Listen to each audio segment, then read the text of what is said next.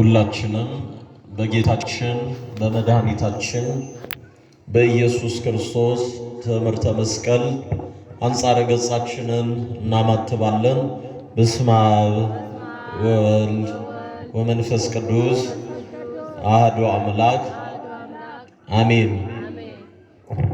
ቅዱስ ቅዱስ ቅዱስ እየተባልክ የምትመሰገን የአባቶቻችን አምላክ የእኛም አምላክ የሰራዊት ጌታ ቅዱስ እግዚአብሔር ሆይ እስከዚህ ሰዓት በምሕረት በይቅርታ በቸርነት ስለጠበከን ለዘላለም ባለ ክብርና ምስጋና እናመሰግናለን።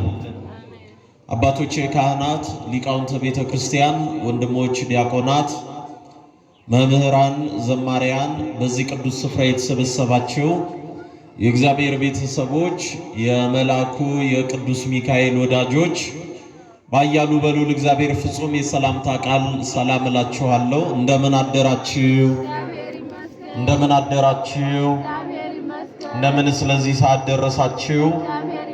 አሜን። መመስገን የባህሪ ገንዘብ የሆነ የአባቶቻችን አምላክ ቅዱስ እግዚአብሔር ስሙ ለዘላለም የተመሰገነ ይሁን። በሐዋርያት ጉባኤ መካከል የተገኘች ወላዲተ አምላክ ድንግል ማርያም በጉባኤያችን መካከል ትገኝልን። እንደ እግዚአብሔር ቅዱስ ፈቃድ በዚህ ለመሰብሰባችን ዋናው ምክንያት በዛሬ ዕለት መታሰቢያ በዓል የምናደርግለት ወራዊ መታሰቢያ በዓል ያለው የመልአኩ የቅዱስ ሚካኤል ነገር ስለሆነ በቅዱስ ወንጌላችንም በኢትዮጵያ ኦርቶዶክስ ተዋሕዶ ቤተክርስቲያንም ደግሞ ከትንሣኤ ጀምሮ እስከ በዓለ ሃምሳ ድረስ የጌታን መነሳት የምናውጅበት እነዚህን 50 ቀናት በሙሉ ክርስቶስ ኢየሱስ ሞትን ድል አድርጎ መነሳቱን የምናስብበት ስለሆነ ነገረ መላእክቱን ከሐዋርያት ተልእኮና ከቅዱሱ የትንሣኤ ምስጢር ጋር አስማምተን ለማየት እንሞክራለን። ለአበው የገለጠ የአባቶቻችን አምላክ ለአባቶቻችን የገለጠላቸው አባቶቻችን ለሊቃውንት ሊቃውንት ለእኛ ካስተማሩት ሕያው ከሆነ የእግዚአብሔር ቃል ላይ ሳንጨምር ሳንቀንስ የእግዚአብሔርን ሐሳብና ቃል ብቻ እንናገር ዘንድ እግዚአብሔር መንፈስ ቅዱስ ሁላችንንም ይርዳን። አሜን በሉ። እግዚአብሔር ይርዳን። የምንማማርበት የመጽሐፍ ቅዱስ ክፍል የማቴዎስ ወንጌል ምዕራፍ 28 ከቁጥር 2 ላይ የጌታ መልአክ ይላል እና እንዳትረሱ አብረን እንላለን። እስኪ ሁላችሁ ከፍ ባለ ድምፅ የጌታ በሉ። አይሰማም? የጌታ መልአክ። አዎ፣ የምንማማርበት ኃይለ ቃል ይህ ነው። ክርስቲያኖች ይህንን ርዕስ እንድመርጥ ምክንያት የሆነኝ የመጀመሪያው ነገር በጌታችን በመድኃኒታችን በኢየሱስ ክርስቶስ የትንሣኤ አከባበር እና የትንሣኤን በዓል አስመልክቶ በሕሊናችን የተሳሳቱ አመለካከቶች አሉ። የመጀመሪያው እኛ ትንሣኤ ብለን የምናከብረው ፋሲካ ብለን የምናከብረው የአይሁድን ፋሲካ አይደለም። በክርስቲያኖች ዘንድ ትንሣኤ የሚባለው እርድ አርደን ስጋ እየበላን እየጠጣን የምናከብረው በዓል አይደለም። ትንሣኤ ማለት ራሱ ኢየሱስ ክርስቶስ ነው። ለዚህ ነው በዮሐንስ ወንጌል ምዕራፍ 11 ላይ በዓል ሳይሆን ትንሣኤ ራሱ ክርስቶስ ትንሣኤ እንደሆነ ሲያጠይቅ እኔ ትንሣኤና ሕይወት ነኝ አለ። ስለዚህ ክርስቶስ ሕይወት ነው፣ ትንሣኤ ነው። ፋሲካም የምንለው አይሁድ የሚያከብሩትን በግ አርደው የበጉን ደም በመቃን ላይ ቀብተው በጉን በልተው 7 10 12 ሆነው ጫማቸውን አስረው ኩፌት አድርገው ሌሎች በጉን የመብላት ስርዓቶች አሉ። ፋሲካ እንደሚያከብሩ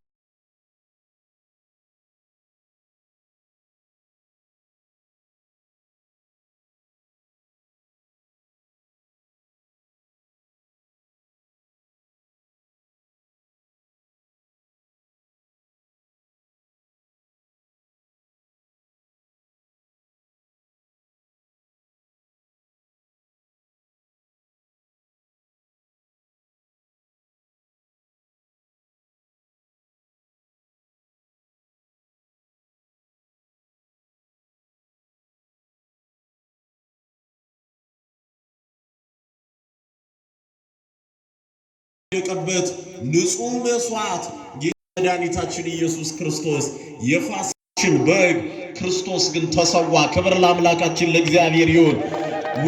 ዋቅረበና በእግዚአብሔር አብ ወደ አባቱ ወደ አብ አቀረበን፣ ይቅርታን አገኘን። ራሱ መስዋዕት ሆነ፣ ራሱ ተወካፌ መስዋዕት ሆነ። በተካከለ ስልጣኑ ከአብና ከመንፈስ ቅዱስ ጋር የቀረበውን መስዋዕት የሚቀበል ራሱ ደግሞ ሰው ነውና፣ በቃሉ ጋር ናቸው። ራሱ ምንድነውና? ሰው ነውና፣ ሰው ደግሞ የተሾመ ሊቀ ካህናት ነውና ከአባቱ ጋር ከራሱ ጋር ከመንፈስ ቅዱስ ጋር አስታረቀን። ሊቀ ካህናት ሆነና አባቶይ የሚያደርጉትን አያውቁምና ምን በላቸው? አረ በሉ ምን በላቸው? ይቅር በላቸው አለና ራሱ መስዋዕት ተቀባይ ራሱ መስዋዕት አሳራጊ ሆነና ወደ እርቃችን ወደ ሰላማችን ወደ ቀደመ ክብራችን መለሰ። ለዚህ ደጋግመን ዋርታ እግሪ ነው ውስተ ፍኖተ ሰላም፣ እግሮቻችንን ወደ ቀና መንገድ መለሰልን። ክብር ለአምላካችን ለእግዚአብሔር ይሁን። ድህነት አገኘን። ይሄ የሆነው በትንሣኤው የተረጋገጠ የእግዚአብሔር ማዳን ማይተሙ ሕያው የሆነ ምስክር እንመሰክርለት ዘንድ ጌታ በተሰቀለ ጊዜ ጌታ ታምራት ያደረገላቸው ይልቁኑ መቅደላዊት ማርያም ያቺ 7 አጋንንት ያወጣላት ሴት ተኝታ እማስተኛ ነገር ገጠማት። ለምን? የልቧ ዕረፍት የነፍሷ ዕረፍት ታላቁ ሰሎሞን ከመዝሙራት ሁሉ በሚልቅ መዝሙሩ ነፍሴ የወደደችውን ፈለግኩት አላገኘሁትም፣ ሌሊት በምንጣፌ ላይ ተኝቼ ነፍሴ የወደደችውን ፈለግኩት አላገኘሁትም፣ እሄዳለሁ በአደባባይ ሁሉ ነፍሴ የወደደችውን እፈልጋለሁ። እናንተ ጠባቆች ሆይ ነፍሴ የወደደችውን አያችሁት አገኛችሁትን እያለች እንደምትጠይቅ የምትቃትት ነፍስ እየቃጠተች በሌሊት ከሌሎች ሴቶች ጋር የመቃብሩን ድንጋይ ማን ያንከባልልልናል? ጌታዬ እኮ በመቃብር ተኝቷል። ክርስቲያኖች ተሰቅሎ ሞቶ በመቃብር ውስጥ ተኝቶ እንኳን ለኛ አምላካችን ነው። ክብር ምስጋና ለእርሱ ይሁንለት። ይሄ እማናፍርበት የአዲስ ኪዳን የተገለጠ እውነት ነው። የተሰቀለውን ኢየሱስን እማናፍርበት መክሊታችን ነው። እርቃኑን የተሰቀለውን ጌታ አንገታችንን የምንደፋበት አይደለም።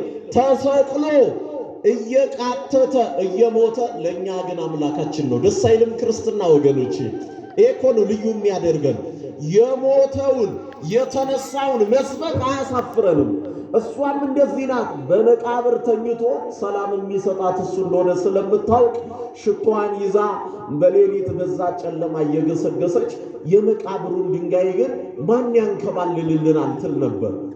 ለሴቶች ከባድ ነው፣ ለሴቶች አይደለም። በመቃብሩ ላይ የታተመው የሞት አዋጅ ማንም ሊፈነቅለው ያልቻለ ነው።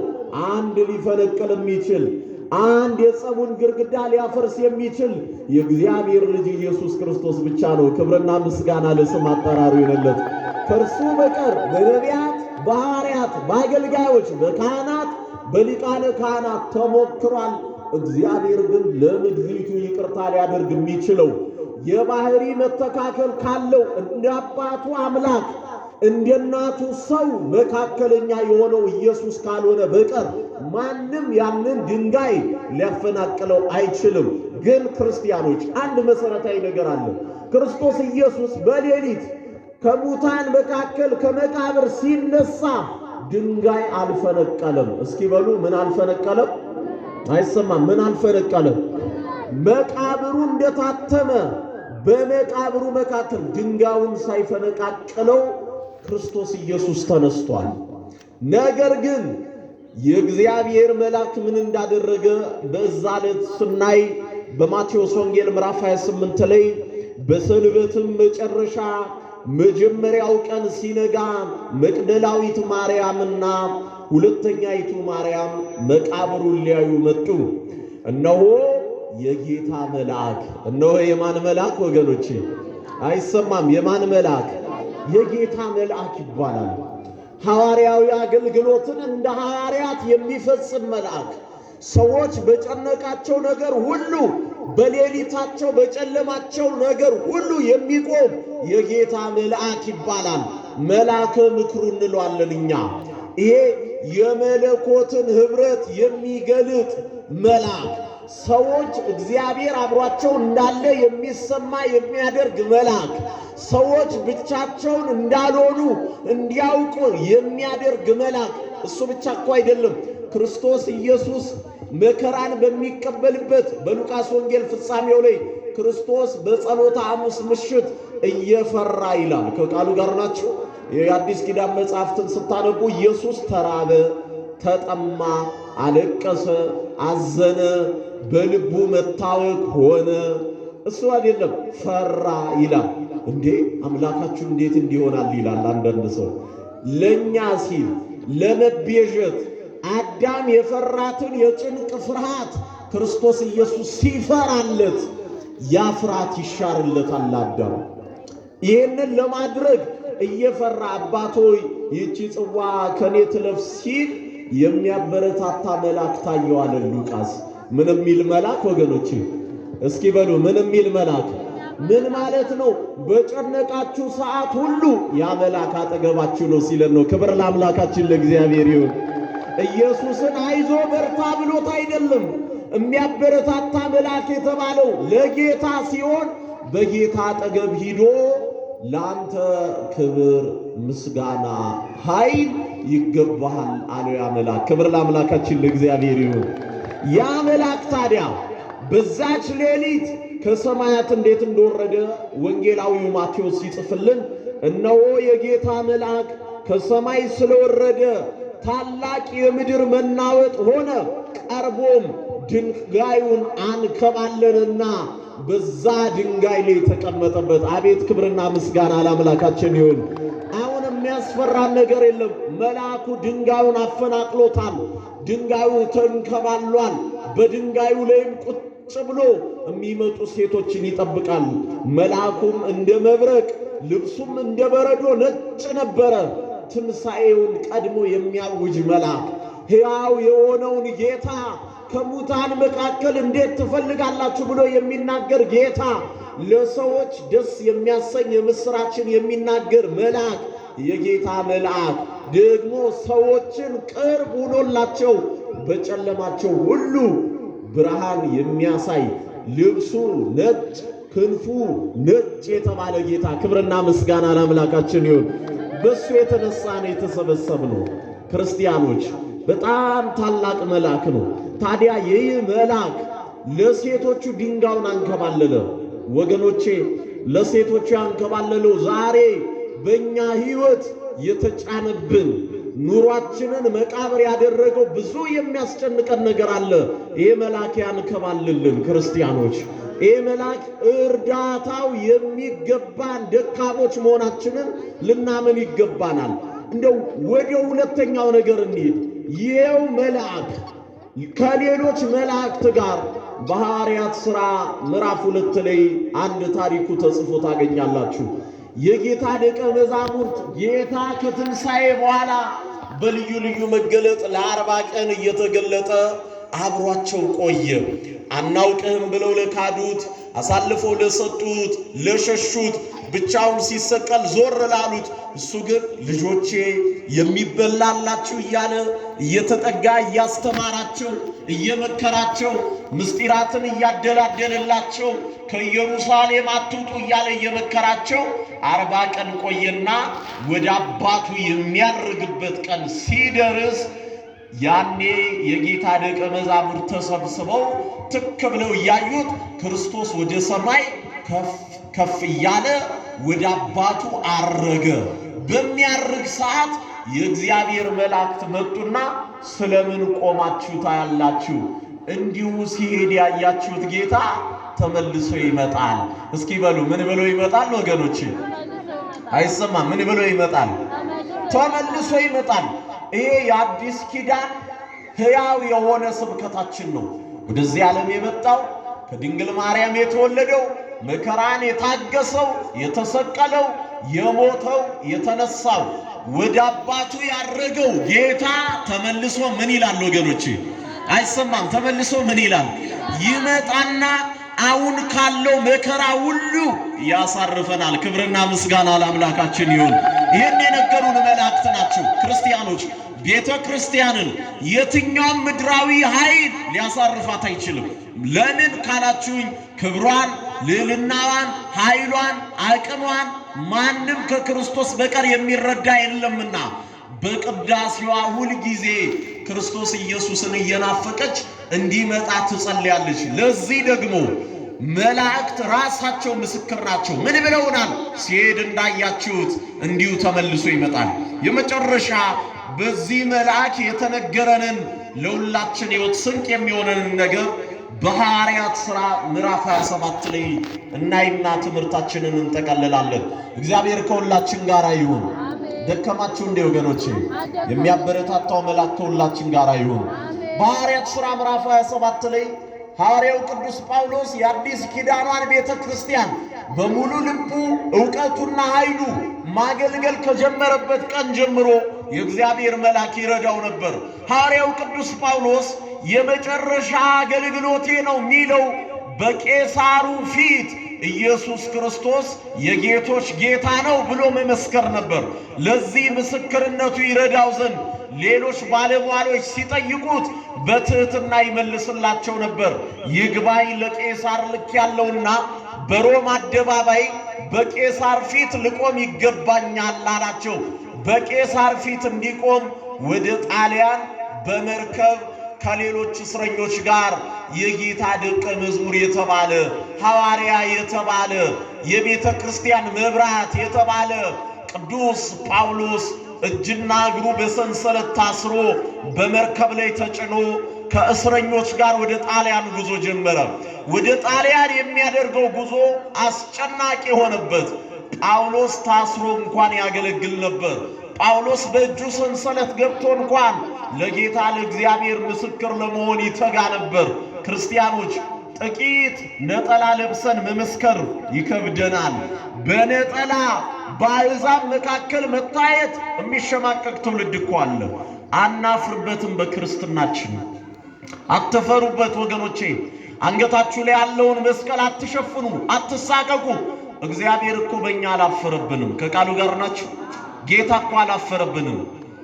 እና ሐዋርያው ቅዱስ ጳውሎስ ታስሮ በመርከብ እየሄደ እያለ አውራቂስ የሚባል አውሎ ነፋስ መጣባቸው። ያኔ 3 ቀን ሙሉ ጨለማ ሆነ። መብል የለም፣ መጠጥ የለም። ሰዎቹ ቢጨንቃቸው ከመርከብ ላይ ያለውን ዕቃ ሁሉ እያወጡ መጣል ጀመሩ።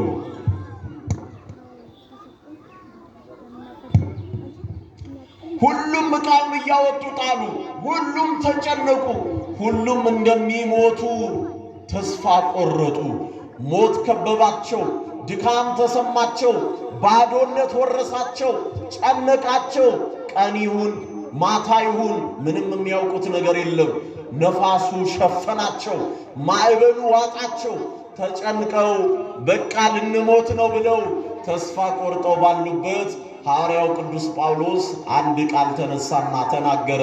ሕያው እግዚአብሔር ምስክሬ ነው፣ እንዲህ ብሎ ነገራቸው። ወገኖቼ ልብ ብላችሁ ስሙ። ከእኛ መካከል ብዙ ንብረት ይጠፋል፣ አንዲት ነፍስ እንኳን እንደማትጠፋ ግን የማመልከው የእግዚአብሔር መልአክ ዛሬ ሌሊት መጥቶ ቃል ገብቶልኛል አለ። ክብርና ምስጋና ለአምላካችን ይሁንለት። የምናመልከው የአምላካችን የእግዚአብሔር የጌታችን መልአክ እንደማንሞት ቃል ይገባል።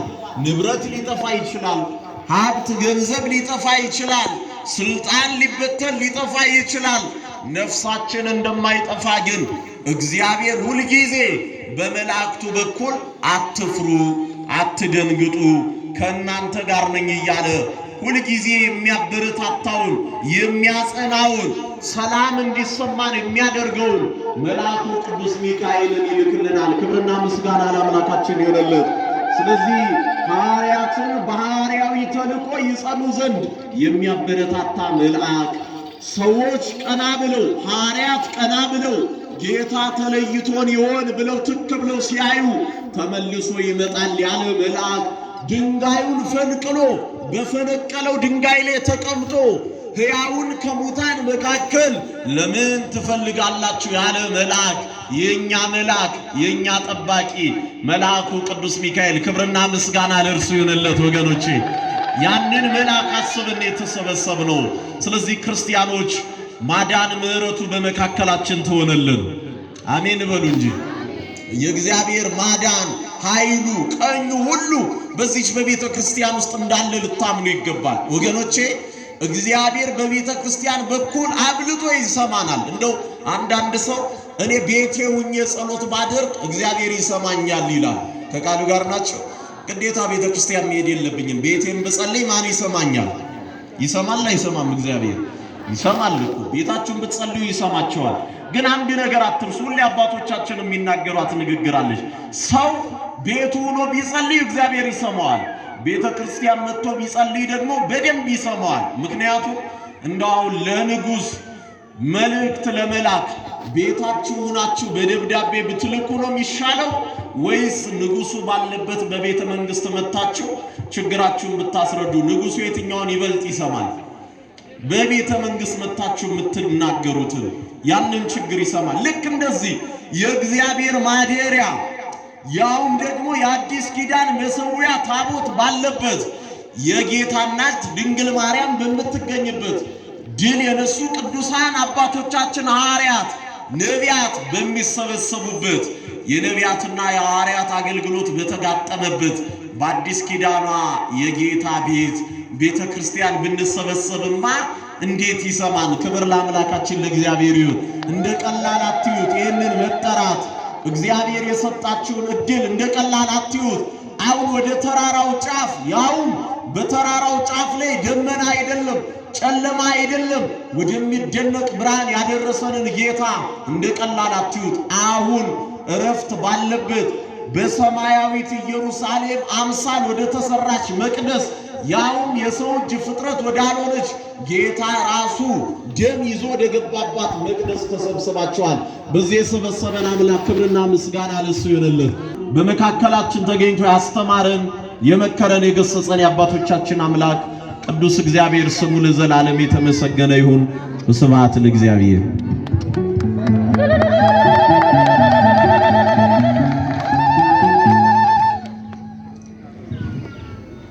ያስተማረን የመከረን በዚች ማለዳ በሕይወታችን በጎ ነገር ሁሉ ያከናወነልን አባታችን እግዚአብሔር ስሙ ለዘላለም የከበረና የተመሰገነ ይሁን። የጌታ መልአክ በሚል የትምህርት መነሻ አዲሳትን ከብሉያት ብሉያትንም ከአዲሳት ጋር አሰማምተው ያለንበትን ዘመን ጊዜ ዋጅተው የራቀውን አቅርበው የረቀቀውን አጉልተው ወደ ሕይወታችን አቅርበው እጅግና ድንቅ የሆነውን የወንጌል አገልግሎት አገለገሉን ለመጋቢ አዲስ መምህር ልዑል ቦጋለ ነው። የአባቴ ብሩካን በራብ አብልታችሁኛል፣ በጠማ አጠጥታችሁኛል፣ በታረዝ አልበሳችሁኛል፣ እንግዳም ብሆን ደግሞ ተቀበላችሁኛል ያለውን ቃለ ሕይወት ያሰማልን። ቃለ ሕይወት ያሰማልን። አሜን ብትሉ ነው። ቃለ ሕይወት ያሰማልን። አሜን። ከዚህ በላይ ሁላይቷን ስንዷን ቅድስት ቤተ ክርስቲያን የሚያገለግሉበት ረጅሙን ዕድሜ ከጤና ደግሞም ከሚበላ እንጀራ ጋር እግዚአብሔር አምላካችን ያድልልን። እንዲህ አይነ መምህራን በእውነት እግዚአብሔር አምላክ በቤተ መቅደሱ ለአገልግሎት ያብዛልን። አስበ መምህራንን ያድልልን። ክርስትና የሚነገር ታሪክ አይደለም፣ የሚኖር ሕይወት ነውና በሰማነው ቃል በተማርነው ትምህርት ፍሬ አፍርተን በጎን መልካሙን ነገር ሁሉ ሰርተን ለርስቱ ለመንግስቱ የበቃ እንድንሆን ማን ይርዳን? እስኪ አመስግኑት እግዚአብሔርን።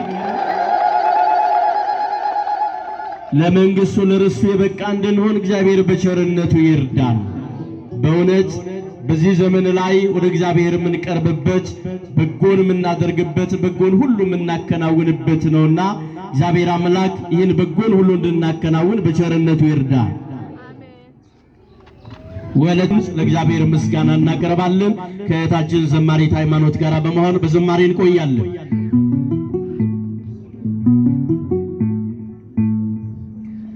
ያላንተ ጌታ ደስታ መቻለ ያላንተ አምላኬ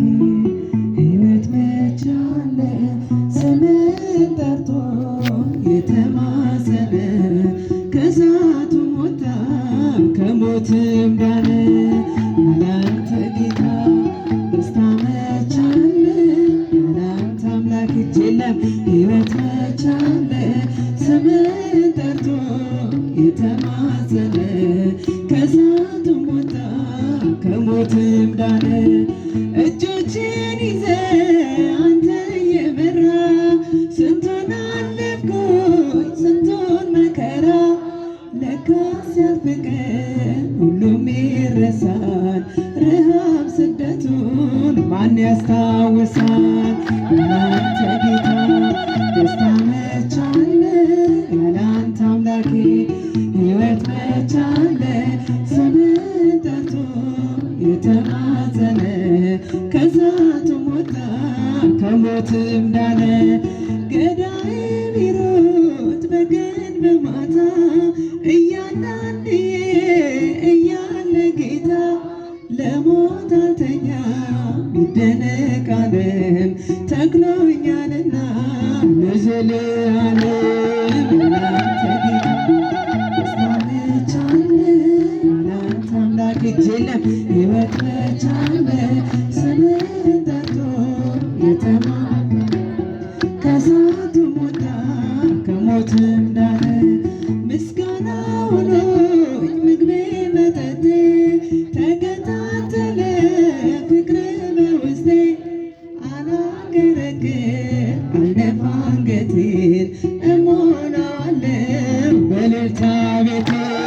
ያላንተ ጌታ ደስታ መች አለ ያላንተ አምላኬ ሕይወት መች አለ ስምህን ጠርቶ የተማጸነ ከእሳቱም ወጣ ከሞትም ዳነ። ጽዋዬን ባርከህ ተትረፈረፈ የጠላቴን ጦር በላይ አለፈ። በሺህ ቃላቶች አፌን ሞልቼ ልዘምርልህ ጉያ ገብቼ። ያላንተ ጌታ ደስታ መች አለ ያላንተ አምላኬ ሕይወት መች አለ ስምህን ጠርቶ የተማጸነ ከሞትም ዳነ። ገዳይ ቢሮጥ በቀን በማታ እያለ አንድዬ እያለ ጌታ ለሞት አልተኛም ይደነቅ ዓለም ተክሎኛልና ለዘለዓለም። ያላንተ ጌታ ደስታ መች አለ ያላንተ አምላክ ሕይወት መች አለ ስምህን ጠርቶ የተማጸነ ከሞትም ዳነ። ገዳይ ቢሮጥ በቀን በማታ እያለ አንድዬ እያለ ጌታ ለሞት አልተኛም ይደነቅ ዓለም ተክሎኛልና ለዘለዓለም። ያላንተ ጌታ ደስታ መች አለ ያላንተ አምላኬ ሕይወት መች አለ ስምህን ጠርቶ የተማጸነ ከእሳቱም ወጣ ከሞትም ዳነ።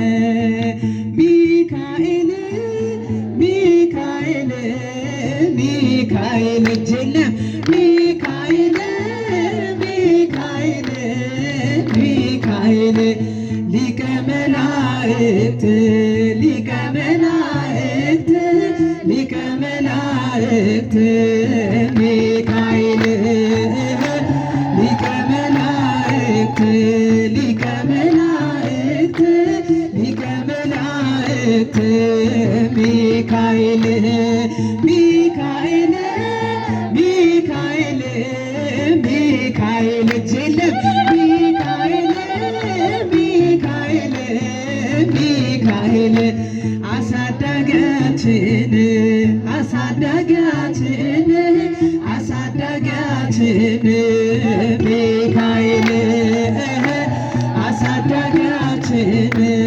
አስታራቂያችን አሳዳጊያችን ሚካኤል ሚካኤል ሚካኤል ሚካኤል ሚካኤል ሚካኤል ሚካኤል አማላጃችን አስታራቂያችን አማላጃችን ሚካኤል አማላጃችን አስታራቂያችን አማላጃችን ሚካኤል ቀበልልን ክብርና ምስጋና ለመድኃኔዓለም ይሁን። እንዲህ ባለ ሁኔታ በዚህ ማለዳ እንድናመሰግነው የፈቀደ ማን ነው? እኒህ በዚህ ሰዓት ላይ የሌሎች አንደበት በኃጢአትና በበደል ተሞልቷል። እግዚአብሔር የኔና የእናንተ ኃጢአትና በደል ሳይመለከት በዚህ ማለዳ በቤቱ ሆነን አንደበታችን ቅዱሱን ስም እየጠራን እንድናመሰግነው አንደበታችንን ያከናወነልን ማን ነው? ያሰባሰበን ማን ነው? የጠራን ማን ነው? ያመናችሁ በደንብ አድርጋችሁ አመስግኑ። ማንም ቢሆን መምጣት ስለቻለ ብቻ አልመጣም።